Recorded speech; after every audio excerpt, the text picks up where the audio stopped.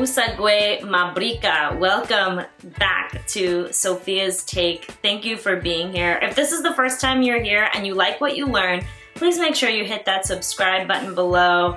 And if you just want to be in community with me, I hope you keep coming back. Today, I want to talk about facing adversity as an LP parent. Specifically as an LP mom or person that is pregnant, but I think that this can relate to any LP parent. One of the main things I want everyone that's listening to take away to know is that you are not alone. It is really, really hard to be a parent. It is really, really hard to have a disability and be a parent, and especially hard when you are working on growing your family, trying to be a parent, and you are faced with a lot of opinions, adversity, judgments, otherness, microaggressions, and just know that you are not alone. I'm going to share a few stories and a few opinions about how I have dealt and felt about people's opinions about me being a pregnant person. So when I was pregnant with Logan, and even now, I had gotten a lot of opinions, more so than I had expected, about my future family, specifically around the fact whether my child would be a dwarf or not. Because of my type of dwarfism and my husband's type, we knew that it would be a 50-50 chance that we would have a little person baby. And we were very, very excited about that possibility, but of course it didn't matter to us whether or not our child was going to be average size or little. But so many people had lots of opinions about whether or not that was going to happen. And I was really surprised and taken back. Lots of people said things like, oh, you don't want an LP baby, right? Or, oh, you have to have a C-section? Or, man, you are really low. You're definitely not gonna make it. Oh, is she gonna handle this? And she must be crazy for wanting to bring a baby into the world.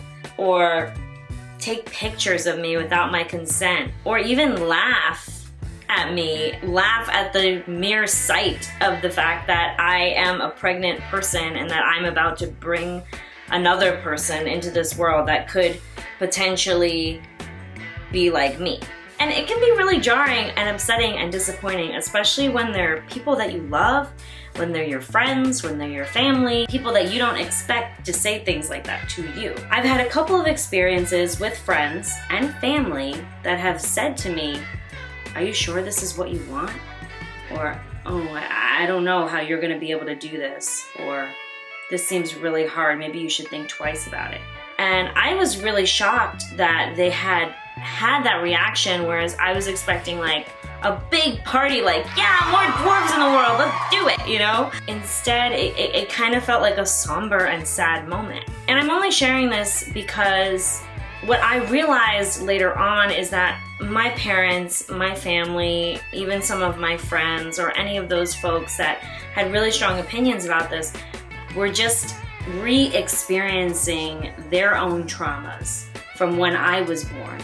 They were imagining those scenarios of when I was born, and they didn't know what to do, or there was a lack of information, or they had to be rushed to a different hospital, or whatever the situation was. And this is part of healing and part of how we move forward, is that we have to learn to love and accept our identities regardless of the trauma that they come with. It can be really hard for someone like me to hear that you have an issue with what I'm going to bring into the world, and can make me feel like I shouldn't have children, or I shouldn't grow my family, or I shouldn't be proud of who I am. I think that these conversations can be really hard and really awkward, and can sometimes feel like a little sticky and icky, but it's really important to have them. You're never equipped for what parenthood brings you. And I think that all of these little experiences and all these little microaggressions that have happened to me as I've been pregnant and become a mom has really made a huge impact on how I carry myself and how even more empowered in my own identity I am. I am so proud of who I am and my body, and I have nothing to hide, and I don't want to hide it. My advice to anyone that's listening that might have had the same experiences or is afraid of those experiences happening, don't let anybody ever doubt you for being a parent or doubt your ability to be a parent. Whether you decide to actually get pregnant, try it your own way, or adopt, or have a surrogate, you should definitely talk with your OB about whether or not it is safe to carry a child. If you are able to carry your child, then own that. Yes, show that belly to the world, embrace that belly, and show the world that, hey, I'm here, and I'm about to bring another one of me here.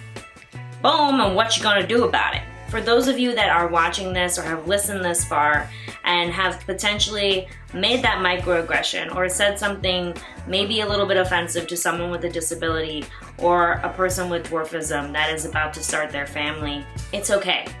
We forgive you.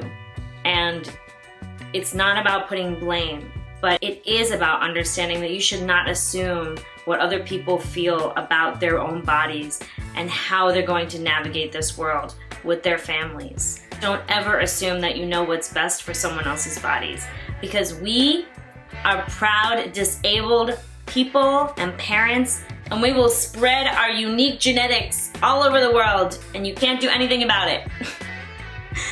Thanks for listening. That's my take. I'll see you next time. Make sure you hit subscribe.